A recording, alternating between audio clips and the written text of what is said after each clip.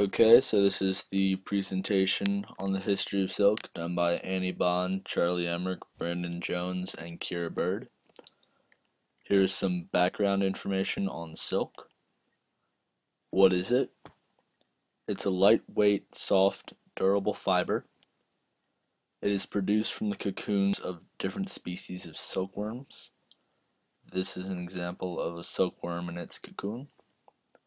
Silkworms are also called bombyx or Saturniidae. These worms are all native to Asia. How is it made? A silkworm feeds on mulberry leaves. These worms need to be kept warm, clean, and alive.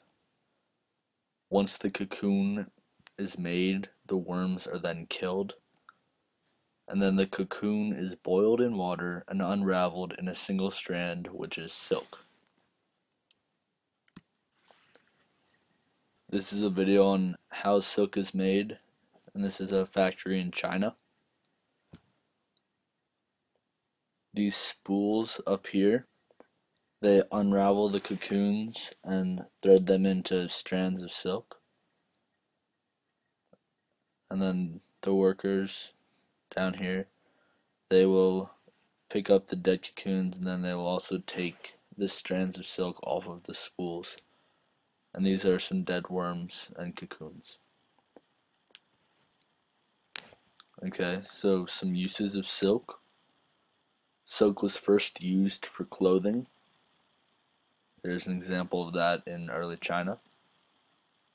Certain colors were used to represent the social classes. There's an example. Peasants were not allowed to wear silk. And then silk was also used for paper. It was also used to make cocoons, silk yarn, silk textiles, and apparels. And this is a textile that silk was used to make. Now some information on the Silk Road. What is it? The Silk Road is a historical network of interlinking trade routes. This route also connects the Mediterranean Sea and the Eastern world.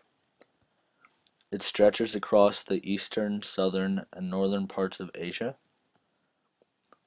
It's a series of tracks through the desert, and in total it is 7,000 miles long, and it all starts in China. Here's an example of the trade route in the desert. What is its origin? Well, the origin of the Silk Road started in China. It was given the name by a German geographer whose name was Ferdinand von Richthofen. Ferdinand made 7 explorations on the Silk Road. It dates back 4,000 years ago with the Oxus civilization. It bordered Afghanistan, Turkmenistan, and Uzbekistan. It began with the first exploration of Changqin in 114 BCE. The men were sent by Chinese ambassadors to forge alliances with nomads in the desert. This alliance began the Silk Road. The Han Dynasty encouraged silk trade and expanded it to create the Silk Road. So far in the world, Europe, they first found silk with the Crusades, and after that they used the Silk Road. Rome, Asian governments were given gifts of silk from China.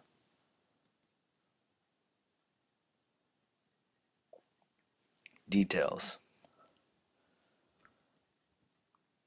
The Silk Road helped carry languages, technologies, artistic styles, goods, and even diseases, so there were good and bad things about the Silk Road. Many goods were traded along the Silk Road, such as amber, furs, and honey from Russia to China. From Rome to China, there were coral, textiles, ivory, gold, and silver. There were also other precious stones. Paper, used to create religious textbooks. Many cultures and traditions transferred along the Silk Road. In the 5th and 4th centuries, Buddhism from India to China. Buddhism was the most prominent religion, but Islam, Christianity, Judaism, and others were spread along the Silk Roads. The main route. It all started in Shanghai, China. Then it went to Dunhuang, Kashgar, Tashkent, Herat, Baghdad, Damascus, Tyre, Byzantium, and then these three main routes. There was the northern route, the central route, and the southern route. It began in the city of Chang'an and traveled westward.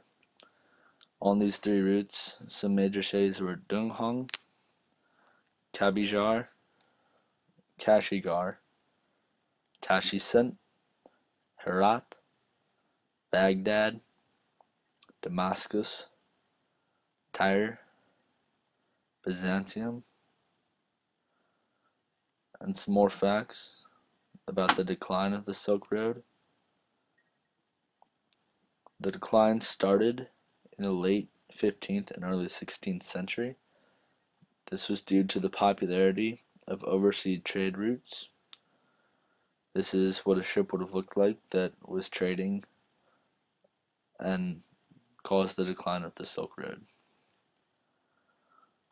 The Silk Road also helped spread silk across Europe and Asia and eventually to the Americas. Silk was founded in China and it started off small, and then because of the Silk Road, it spread across the world. Some more recent facts about silk. In 2006, India accounted for more than 30% of Chinese exports. Prior to 1980, Chinese products were exported to Europe and the United States. Here's a table about the total product export. As you can see, from 1950 to 1997, the product only grew in value, and this was very good for the commodity of silk.